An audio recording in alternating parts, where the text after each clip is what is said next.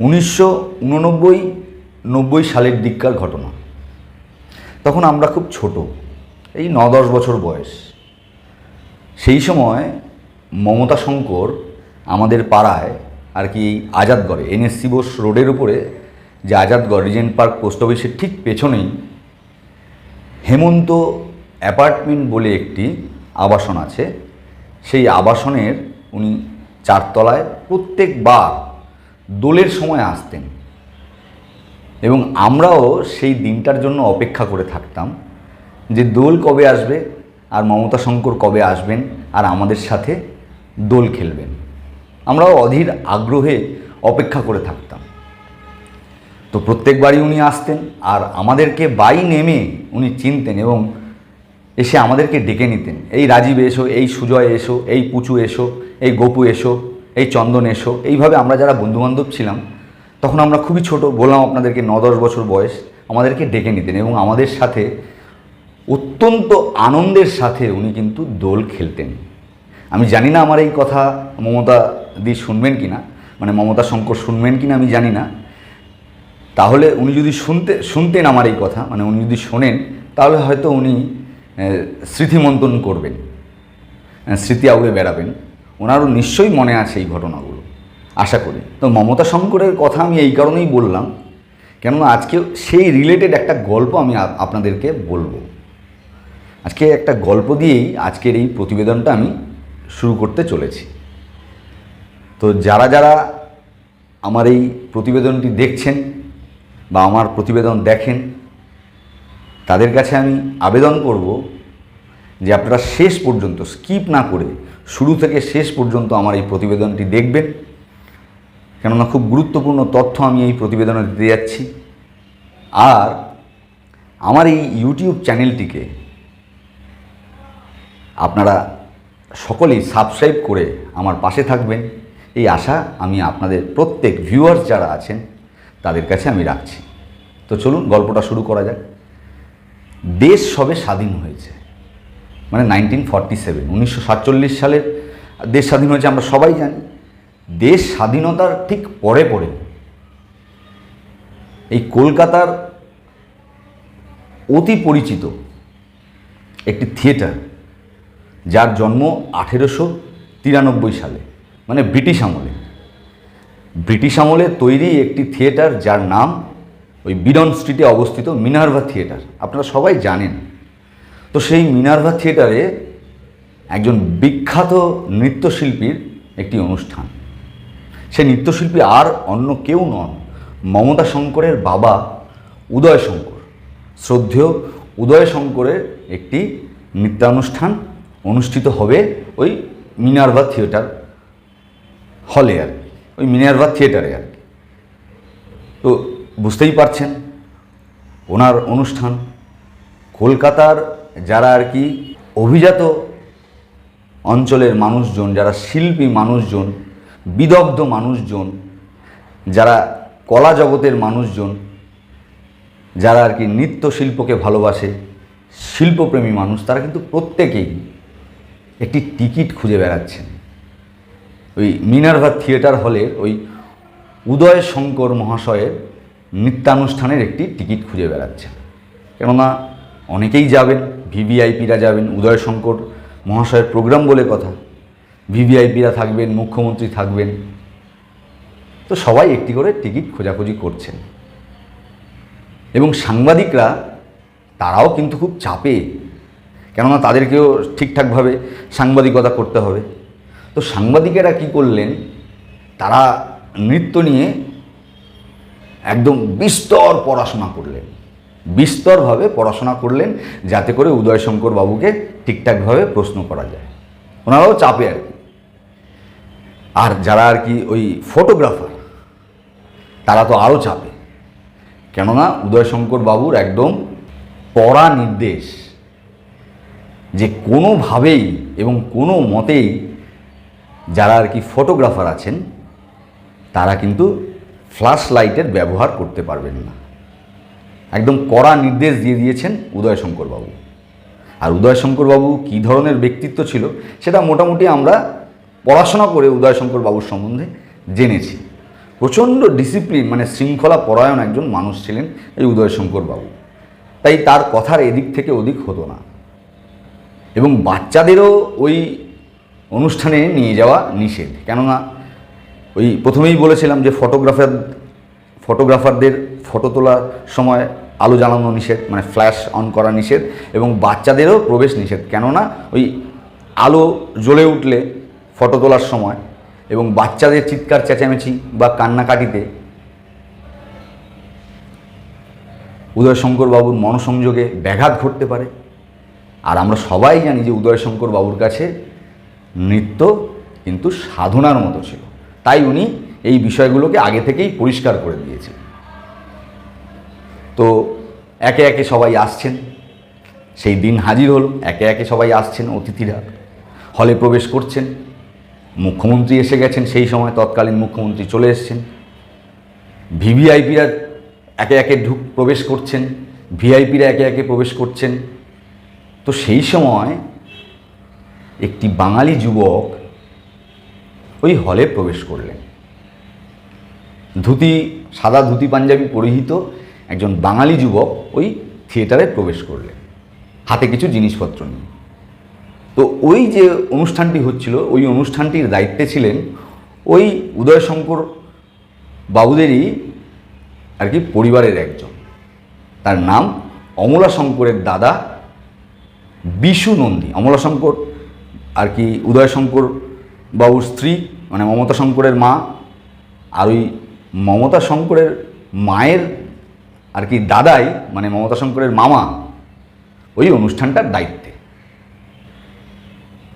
তো ওই যে বাঙালি যুবক যিনি আর কি প্রবেশ করেছেন ওই থিয়েটারে, তো তিনি শটান গিয়ে বিশুবাবুর কাছে হাজির হলেন। ওই বাঙালি যুবক জানতেন যে এই অনুষ্ঠানের দায়িত্বে আছেন বিশুবাবু, তাই ওনার কাছে গিয়ে হাজির হলেন এবং ওনাকে গিয়ে ওনার একটা আগ্রহের কথা জানালেন। উনি বললেন, দেখুন আমি একজন আর্টিস্ট, আমি ছবি আঁকি, আর আজকে এই উদয়শঙ্কর মহাশয় যিনি নৃত্য প্রদর্শন করবেন, এত বড় একজন নৃত্যকারের আমি সেই সময়কার ছবিগুলোকে আমি বন্দি করতে চাই, আমি আঁকতে চাই। তো উনি হাতে আর কি ওই একটা চারকোল আর মোড়া আর কি কিছু আর্ট পেপার আর একটা ড্রয়িং বোর্ড, এই জিনিসগুলো নিয়ে গেছিলেন। তো বিশুবাবু শুরুতেই এক কথায় না করে দিলেন, বলে এটা কোনো মতেই সম্ভব না, কোনো মতেই সম্ভব না। কেননা উনি বিরক্ত হবেন, আর উনি বিরক্ত হলে প্রোগ্রামটা পুরো নষ্ট হয়ে যাবে, তাই আমি এই অনুমতি কখনোই দিতে পারি না। আর ওই যুবকটিও ছিল একদম নাচোর বান্দা, উনিও যেন তেন প্রকারণে বিশুবাবুকে রাজি করাবেন। তো একে একে যখন অতিথিরা প্রবেশ করতে শুরু করেছেন, একটু বিরক্ত হয়েই বিশুবাবু ওই যুবকটিকে বললেন যে এবার তুমি আসো, তুমি হল থেকে বেরিয়ে যাও। তো ছেলেটি খুব দুঃখ পেয়ে, মনে অনেক যন্ত্রণা নিয়েই, কত আশা নিয়ে গিয়েছিল ছবি আঁকবে বলে, বেরিয়ে আসতে হলো। আশা ভঙ্গ হলো তার, সে বেরিয়ে আসলো। তারপরে অনুষ্ঠান শুরু হলো। অনুষ্ঠান শুরু হওয়ার পরে উদয়শঙ্কর বাবু নাচতে শুরু করলেন, নৃত্য পরিবেশন করতে শুরু করলেন। উনি ওনার শাখার যারা সদস্যা ছিলেন তাদেরকে নিয়ে প্রোগ্রাম পরিবেশন করতে শুরু করলেন। সে অদ্ভুত আর কি নৃত্য পরিবেশন, মানে যারা দেখেছেন তারা আর কি তাদের কথায় যে সেই ধরনের নাচ আর কি ভাষায় ব্যাখ্যা করা যাবে না, কল্পনাহীন। মানে কি সুন্দর আর কি নৃত্য পরিবেশন করছেন উদয়শঙ্কর বাবু। এমনি কি এত জাতীয় স্তরের পুরস্কার পেয়েছেন? এমনি তো আর পাননি। যদি কোয়ালিটি না থাকতো, যদি সেই কলা না থাকতো, তাহলে এমনি দেশের একদম সর্বোচ্চ স্তরের পুরস্কারগুলো কিন্তু উদয়শঙ্কর বাবু পেতেন না। তো যাই হোক, যারা আর কি দর্শক ছিলেন তারা তাড়িয়ে তাড়িয়ে উপভোগ করছিলেন উদয়শঙ্কর বাবুর নৃত্য পরিবেশন। তো প্রথম নৃত্য পরিবেশন শেষ হবে করছে, সেই সময় বিশুবাবু কোনো একটি কাজে হলের বাইরে বেরিয়েছিলেন। হলের বাইরে বেরিয়ে উনি দেখলেন যে যেই যুবকটিকে উনি বার করে দিয়েছিলেন সেই যুবকটি একটি চায়ের দোকানে বসে আছে মনমরা অবস্থায়। তো বিশুবাবুর একটু খারাপই লাগলো। তো বিশুবাবু এগিয়ে গেলেন তার কাছে। তো বিশুবাবু তাকে গিয়ে বললেন, মন খারাপ করো না, আমি একটা শর্তে তোমাকে সেই হলে আঁকার অনুমতি দিতে পারি এবং প্রবেশ করতে দিতে পারি, তুমি যদি অনুষ্ঠানটিকে কোনোরকমভাবে ডিস্টার্ব না করো। ওই যুবকটি এক কথায় রাজি হয়ে গেলেন, আনন্দের সাথে রাজি হয়ে গেলেন। ওই যুবকটি বললেন যে আপনি নিশ্চিন্ত থাকুন, আমার জন্য এই অনুষ্ঠানের কোনো ডিস্টার্ব হবে না। তো বিশুবাবু তাকে ভেতরে নিয়ে গেলেন এবং হলের এক কোণায়, মঞ্চের এক কোণায়, যাতে উদয়শঙ্কর বাবুর চোখে ওই বিশুবাবু প্রবেশ করানো ওই যুবকটি, মানে উদয়শঙ্কর বাবুর চোখে ওই যুবক না পড়েন, তার জন্য এক কোণায় জায়গা করে দিলেন। আবার নাচের অনুষ্ঠান শুরু হলো। উদয়শঙ্কর বাবু তার সঙ্গীদেরকে নিয়ে নৃত্য পরিবেশন শুরু করলেন। আর ওই যুবকটিও তার চারকোল দিয়ে আঁকতে শুরু করলেন, একবার ওপর একবার নিচ, সেই মানে বিদ্যুৎ গতিতে আঁকতে শুরু করলেন। তো বিশুবাবু ভাবলেন যে দেখি তো ওই যুবকটি কি আঁকছে। তো বিশুবাবু ওই ছেলেটির পিছনে গিয়ে দাঁড়ালেন, গিয়ে দেখলেন এসব অসম্ভব সব স্ট্রোক, মানে যেই স্ট্রোক একজন সাধারণের পক্ষে করা সম্ভব নয়, অসম্ভব, একবার উপর একবার নিচ, একবার এই দিক একবার ডান দিক একবার বাঁ দিক, মানে বিভিন্ন ধরনের স্ট্রোক দিয়ে এঁকে চলেছেন ওই যুবকটি। বিশুবাবু তখন বুঝতে পারলেন এই যে যুবক, এই যুবক কোনো সাধারণ যুবক নয়। কেননা বিশুবাবু নিজে স্বীকার করে গেছেন যে ওই ধরনের বিদ্যুৎ গতির স্ট্রোক, মানে আঁকার মুহূর্তে ওই ধরনের বিদ্যুৎ গতির স্ট্রোক উনি তার আগে কোনো আর্টিস্টকে ওইভাবে দিতে দেখেননি, মানে ওইভাবে অতটা তাড়াতাড়ি বিদ্যুৎ গতির স্পিডে উনি আঁকতে দেখেননি কাউকে। আর কি অবলীলায় ওই যুবকটি এঁকে চলেছে। তখন বিশুবাবু বুঝলেন এই যুবক কোনো সাধারণ ছেলে নয়। অনুষ্ঠান শেষে বিশুবাবু নিজে তার কাছে গেলেন, গিয়ে তাকে জিজ্ঞাসা করলেন যে আমি জীবনে অনেক শিল্পীকে দেখেছি আঁকতে, কিন্তু ভাই আপনার মতন এরকম বিদ্যুৎ গতিতে কাউকেই কোনোদিনও আঁকতে দেখিনি, এরকম লাইভ আপনি কি করে আঁকলেন। এবং বিশুবাবু নিজেও একজন বিখ্যাত ফটোগ্রাফার ছিলেন, তাই তার চোখে আর কি ফাঁকি দিয়ে যেতে পারলো না যে উনি একজন বড় শিল্পী, নইলে এইভাবে আঁকতে পারেন না।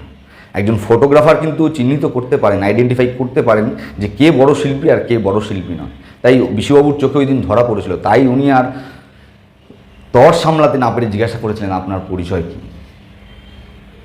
ওই যুবকটি সাবলীলভাবে উত্তর দিয়েছিলেন, ব্যারিটন স্বরে সত্যজিৎ রায়। ওই যুবকটি সাবলীলভাবে ব্যারিটন স্বরে বলেছিলেন যে আমার নাম সত্যজিৎ রায়। তারপরে সত্যজিৎ রায়ের গল্প আপনারা সবাই জানেন, যে উনি ইন্ডাস্ট্রিতে কি কি জিনিস দিয়ে গেছেন। পথের পাঁচালী, অপুর সংসার, সোনার কেল্লা, বাংলা ইন্ডাস্ট্রিকে মানে চলচ্চিত্র জগৎকে দুহাত ভরে ঢেলে দিয়ে গেছেন, দুহাত ভরে ঢেলে দিয়ে গেছেন। আর সেই ইন্ডাস্ট্রিটিকে বর্তমানের শাসক দলের দুই রত্ন মানে বিশ্বাস ব্রাদার্স, আমি এতক্ষণ ধরে গল্পটা বললাম আপনাদেরকে, বলার এটাই কারণ যে ওই সত্যজিৎ রায়, উত্তম কুমার, সৌমিত্র চট্টোপাধ্যায়, প্রসেনজিৎ চ্যাটার্জি, বিশ্বজিৎ চ্যাটার্জি, চিন্ময় বাবু, ভানু বন্দ্যোপাধ্যায়, এদের মতন দিকপালদের তৈরি করে যাওয়া, মানে সারা বাংলাকে তথা সারা ভারতবর্ষকে পথ দেখিয়ে যাওয়া যে এটা একটা শিল্প, চলচ্চিত্র জগৎটা একটা শিল্প, একদম হাতে করে তৈরি করে যাওয়া সেই ইন্ডাস্ট্রিটাকে শেষ করতে বসেছে এই বিশ্বাস ব্রাদার্স, অরূপ বিশ্বাস অ্যান্ড স্বরূপ বিশ্বাস। কিছুদিন আগেই আপনারা দেখেছিলেন যে কিভাবে ইন্ডাস্ট্রিতে আর কি রাজনীতিকরণ করা হয়েছে। তৃণমূল করলেই সে কাজ পাবে, আর তৃণমূল যদি না করে কাজ পাবে না। কিছুদিন আগে আমি একটি প্রতিবেদনে আপনাদেরকে জানিয়েছিলাম এই কথা। তো বর্তমানে এই আমাদের চলচ্চিত্র জগতের কি অবস্থা আপনাদের কাছে অজানা নয়। কিন্তু আমার প্রশ্ন সেইখানেও নয়। আমি আজকে এসেছি যেই প্রতিবেদনটা করতে, আমি শুরুটা করলাম এটা দিয়ে। মূলত আমার প্রতিবেদনটি হচ্ছে আরজি করের ওই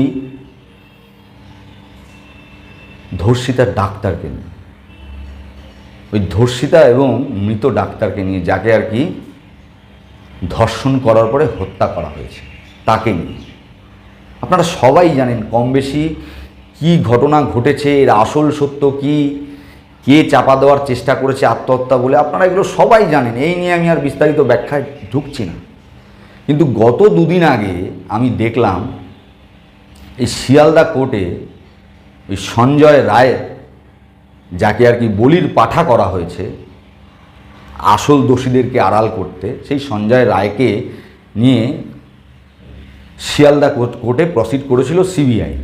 তো সেখানে দাঁড়িয়ে ওই বাংলা পক্ষের গর্গ চ্যাটার্জি, মানে ওই আর কি তৃণমূলের পৃষ্ঠপোষক, দেখবেন ওনাকে কোনোদিনও, মানে গর্গ চ্যাটার্জিকে কোনোদিনও তৃণমূলের বিপক্ষে কোনো কথা বলেন না, কোনো কথা বলেন না, কোনো কথা বলেন না। শুধু বিজেপি বিরোধিতা করা ওনার কাজ, শুধু বিজেপি বিরোধিতা করাই ওনার কাজ। কেননা গর্গ চ্যাটার্জিদের মতন লোকেদেরকে পয়সা দিয়ে পুষছেন হচ্ছেন গিয়ে আমাদের এই শাসক দল। তো শাসক দলের হয়ে তো কথা বলবেন। আর এই আরজি করের যে এই আন্দোলন, এই প্রতিবাদ, সেটাকে অন্য পথে পরিচালনা করবার জন্য গর্গ চ্যাটার্জি কী ধরনের বুদ্ধি ফেঁদেছে শুধু একবার শুনুন, তারপরে আমি বলছি আপনাদেরকে। উনি বলছেন যে দুর্গাপুজো বন্ধ করতে বলছে। কে বলছে বা কারা বলছে আমি জানি না।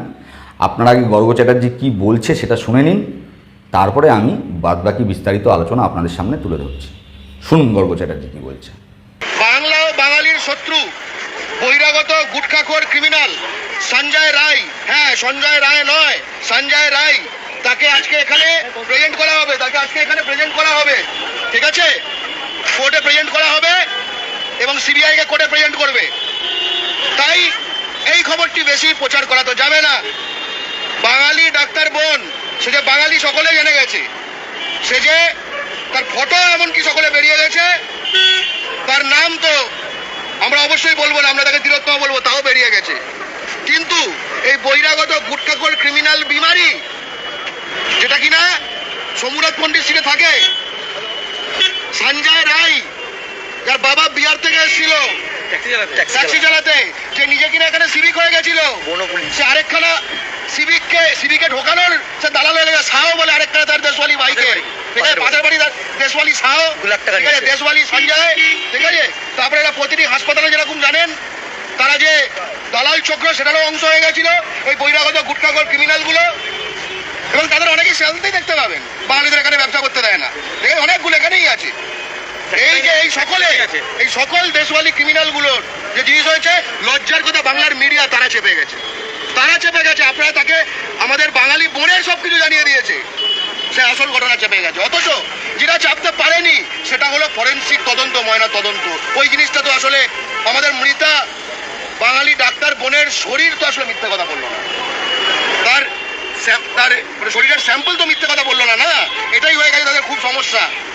আমাদের ডাক্তার বোনের নোটের মধ্যে যার রক্ত পাওয়া গেছে সেটা হচ্ছে এই বহিরাগত গুটখাখোর ক্রিমিনালটা। একে বলা হয়েছে যে কিছু করেনি, ফাঁসি ছেড়ে বলি এটা কি বলির পাঠা। আজকে আমরা জানতে চাই যারা একে বলির পাঠা বলেছিল তারা তার মানে এই বহিরাগতদের দালাল, তারা এই বহিরাগত গুটখাখোর ক্রিমিনাল, খুনি এবং ধর্ষককে আড়াল করার চেষ্টা করেছিল।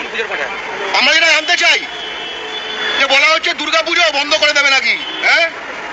এই সঞ্জয় রায় বহিরাগত ক্রিমিনাল, একবার দয়া করে এর ফেসবুকে যাও, আমরা তো গেছি সেখানে কলার কাঁদি নিয়ে ছটফট করতে যাচ্ছে, আর বন্ধ হবে দুর্গাপুজো, হ্যাঁ? গর্গ চ্যাটার্জি কি বললেন আপনারা শুনলেন। পরিষ্কার কথা হচ্ছে, মানে জাতি দাঙ্গা একটা লাগিয়ে দাও, জাতি দাঙ্গা লাগিয়ে দাও, মানে বাঙালি অবাঙালির মধ্যে একটা জাতি দাঙ্গা লাগিয়ে দাও।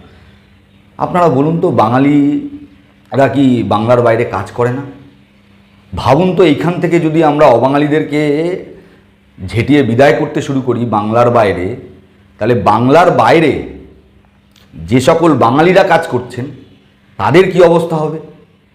ব্যাঙ্গালোরে বাঙালিরা কাজ করছে, মহারাষ্ট্রে বাঙালিরা কাজ করছে, মুম্বাইতে বাঙালিরা কাজ করছে, দিল্লিতে বাঙালিরা কাজ করছে, বাংলার বাইরে সর্বত্র, গুজরাটে বাঙালিরা কাজ করছে, সর্বত্র বাঙালিরা কিন্তু জীবিকা নির্বাহ করছে এই বাংলায় কাজ না পেয়ে।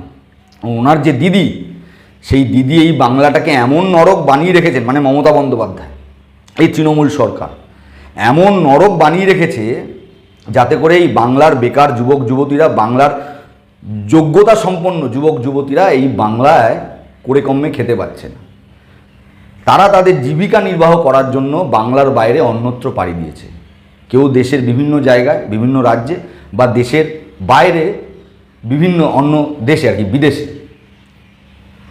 তো সেখান থেকে যদি বাঙালি খেদাও শুরু করে, ভাবুন তো সেটা কি আমাদের জন্য ঠিক হবে?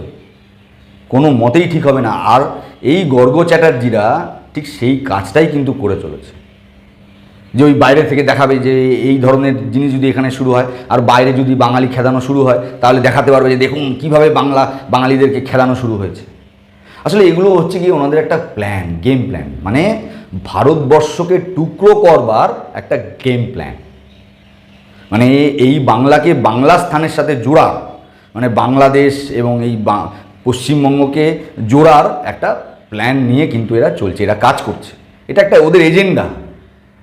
তো আমরা সেই এজেন্ডায়, ওদের এজেন্ডায় পা দেবো কি না সেটাই হচ্ছে বড় ব্যাপার, সেটাই বড় কিন্তু ব্যাপার। কিন্তু গর্গ চ্যাটার্জিরা চিন্তা করে দেখুন, ওই যে বলছে যে দুর্গাপূজা, কে বলেছে দুর্গাপূজা বন্ধ করতে আমরা কিন্তু জানি না। আন্দোলনকারী এবং প্রতিবাদ যারা করছেন তারা বলছেন যে আমরা মা দুর্গা সম এই আমাদের যে বোন, যিনি আর কি মারা গেছেন ধর্ষণ করে, যাকে হত্যা করা হয়েছে, তিনি একজন দুর্গারূপী, সেই দুর্গারূপী বোনের আমরা বিচার চাই, নির্যাতিতার বিচার চাই, দোষীদের শাস্তি চাই।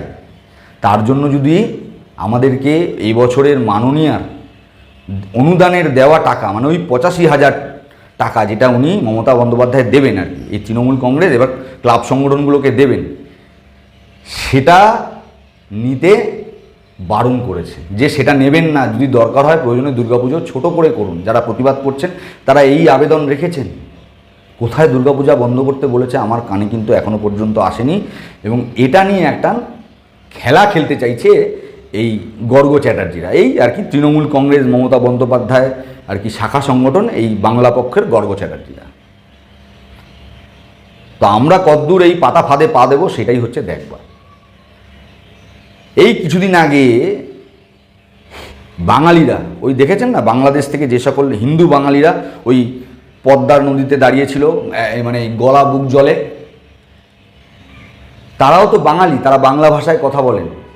সেই সময় কিন্তু গর্গ চ্যাটার্জিদেরকে খুঁজে পাওয়া যায়নি, তারা কিন্তু কোনো প্রতিবাদ কিন্তু সেই দিন করেননি। তারপরে এই কিছুদিন আগে আপনারা সবাই জানেন, ওই ববি হাকিম, আমাদের কলকাতার মেয়র, পুরো নগর উন্নয়ন মন্ত্রী ফিরহাদ হাকিম, মানে ববি হাকিম, উনি কত বড় কথা বললেন। উনি বললেন যে যারা মুসলিম ধর্মে জন্মগ্রহণ করেছেন তারা খুব ভাগ্যবান, আর যারা মুসলিম ধর্মে জন্মগ্রহণ করেননি তাদের ভাগ্যটা খুব খারাপ। তাই আমরা যারা মুসলিম ধর্মে জন্মগ্রহণ করেননি তাদেরকে মুসলিম ধর্ম গ্রহণ করবার জন্য আমরা দাওয়াত দিচ্ছি, মানে আমন্ত্রণ জানাচ্ছি। সেই সময় গর্গ চ্যাটার্জির মুখ থেকে একটা কথাও বের হয়নি, উনি ববি হাকিমের নিন্দা করেননি, উনি ববি হাকিমের এই বক্তব্যের উনি কিন্তু প্রতিবাদ করেননি। করবেন না কেন জানেন? করবেন না, ওই তৃণমূলের থেকে পয়সা নিয়ে উনি এই কাজগুলো করেন। তা গর্গবাবুকে আমি প্রশ্ন করতে চাই, আপনাকে যখন প্রথম দেখেছিলাম আপনি তো এরকম রোগা ছিপছিপে ছিলেন, আপনার এইভাবে এরকমভাবে আপনি এত সন্ডাগন্ডা হলেন কি করে? আপনি কি অন্য কিছু খাচ্ছেন নাকি? ওই জল টল খাচ্ছেন, খেয়ে তো আপনি তো ছিলেন রোগা, এখন এত মোটা হয়ে গেলেন। ভালো ভালো জিনিস খাচ্ছেন না, ওই টাকা পাচ্ছেন আর খাচ্ছেন। মানুষ কিন্তু সব বোঝে, গর্গ চ্যাটার্জি আপনি জেনে রাখুন, মানুষ কিন্তু সব বোঝে, তার জন্যই কিন্তু মানুষ আজকে পথে নেমেছে। আর আপনি দিদির হয়ে ওকালতি করতে এসেছেন, দিদির হয়ে পৃষ্ঠপোষকতা করতে এসেছেন। আপনার এই দালালি আর বেশি দিন চলবে না। মানুষ একদম শেকড় থেকে তুলে ওই বঙ্গোপসাগরের জলে বিসর্জন দেবে, জানিয়ে রাখলাম আপনাকে সমেত। এই তৃণমূল কংগ্রেস নামক রাজনৈতিক দল এবং তার যারা শাখা সংগঠন আছে, আপনাদের মতন আর কি পৃষ্ঠপোষক যারা দালালি করে বেড়াচ্ছেন, তাদেরকে সমেত একদম পশ্চিমবাংলার শেকড় থেকে একদম সমূলে উৎখাত করে ওই বঙ্গোপসাগরের জলে বিসর্জন দেবে, নিশ্চিন্ত থাকুন। আজকে শেষ করবার আগে শুধু আরেকটা বিষয় নিয়ে আপনাদেরকে বলে যাব যে এই কপিল সিব্বল, যার ফিজ আপনারা সবাই জানেন, আপনারা শুনে নিয়েছেন, আপনার দেওয়া করের টাকা দিয়ে কপিল সিব্বল বাবুদের মতন বড় আইনজীবীদেরকে লাখ লাখ টাকা ফিজ এর পিছনে খরচা করছে এই তৃণমূল কংগ্রেস সরকার, পশ্চিমবাংলার সরকার। এই কপিল সিব্বল দুদিন আগে একটি তার বক্তব্য পেশ করেন ওই হাইকোর্ট, মাফ করবেন, সুপ্রিম কোর্ট। ওই সুপ্রিম কোর্টের উনি হচ্ছেন গিয়ে বার অ্যাসোসিয়েশনের প্রেসিডেন্ট। তো সেই বার অ্যাসোসিয়েশনের প্যাডে উনি আর কি লিখে জানিয়েছেন যে এটা সারা দেশের একটা রোগ। এই যে আরজি করে যেই ঘটনা ঘটেছে, এই ধর্ষণ একটা সারা দেশের একটা রোগ, সমাজের একটা রোগ, সারা দেশব্যাপী এই ঘটনা ঘটছে। এটা বন্ধ হওয়া উচিত এবং এর জন্য অবিলম্বে ব্যবস্থা গ্রহণ করা উচিত, দোষীদেরকে শাস্তি দেওয়া উচিত। এই ধরনের কথাবার্তা লিখে ওই বার অ্যাসোসিয়েশনের প্যাডে এবং নিচে একটা সই করে দিয়েছেন উনি, কপিল সিব্বল নামে, ওনার নামে। তো তারপরে সুপ্রিম কোর্টের অনেক আইনজীবী যারা কিনা ওই বার অ্যাসোসিয়েশনের সাথে যুক্ত এবং আরও অনেকে, তারা এটা নিয়ে প্রতিবাদ জানিয়েছেন। তারা লিখিতভাবে চিঠি দিয়েছেন কপিল সিব্বলকে এবং বার অ্যাসোসিয়েশনে, জানিয়েছেন যে আপনি কোনো ক্যাবিনেট মিটিং ছাড়াই, ক্যাবিনেটের সদস্যদেরকে নিয়ে মিটিং ছাড়াই কিভাবে আপনি এই চিঠিটাকে আপনি প্লেস করলেন, কিভাবে করলেন। তার জন্য 72 ঘন্টা আপনাকে সময় দেওয়া হলো। 72 ঘন্টার মধ্যে এই চিঠিটা আপনাকে উইথড্র করতে হবে এবং আপনাকে নিঃশর্ত ক্ষমা চাইতে হবে। মানে কপিল সিব্বল কি করতে চাইলেন? এরকম একটা চিঠি লিখে, যিনি কিনা আর কি ওই তৃণমূল আর কি এই দোষীদেরকে বাঁচাতে ওই সুপ্রিম কোর্টে, হাইকোর্টে লড়ছেন, আবার এই ধরনের একটা চিঠি লিখছেন আর কি আরজি করের মামলাটার সরলীকরণ করবার জন্য। মানে অভয়া যার প্রতি এই অবিচার হয়েছে, সেই ঘটনাটাকে সরলীকরণ করবার জন্য উনি এই ধরনের কথাবার্তা একটি প্রতিবেদন আকারে লিখে ফেললেন। তো তার জন্য কিন্তু উনি কেস খেলেন।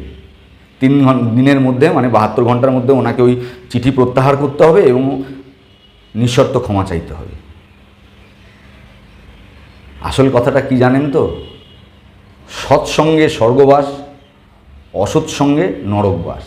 ওই মমতা বন্দ্যোপাধ্যায়ের সাথে যে থাকবে, যে বা যারাই থাকবেন, তারাই এইভাবে কেস খাবেন। অতীতে দেখেছেন, আগামীতেও দেখবেন যে বা যারা থাকবেন ওনার সাথে, তারাই কেস খাবেন।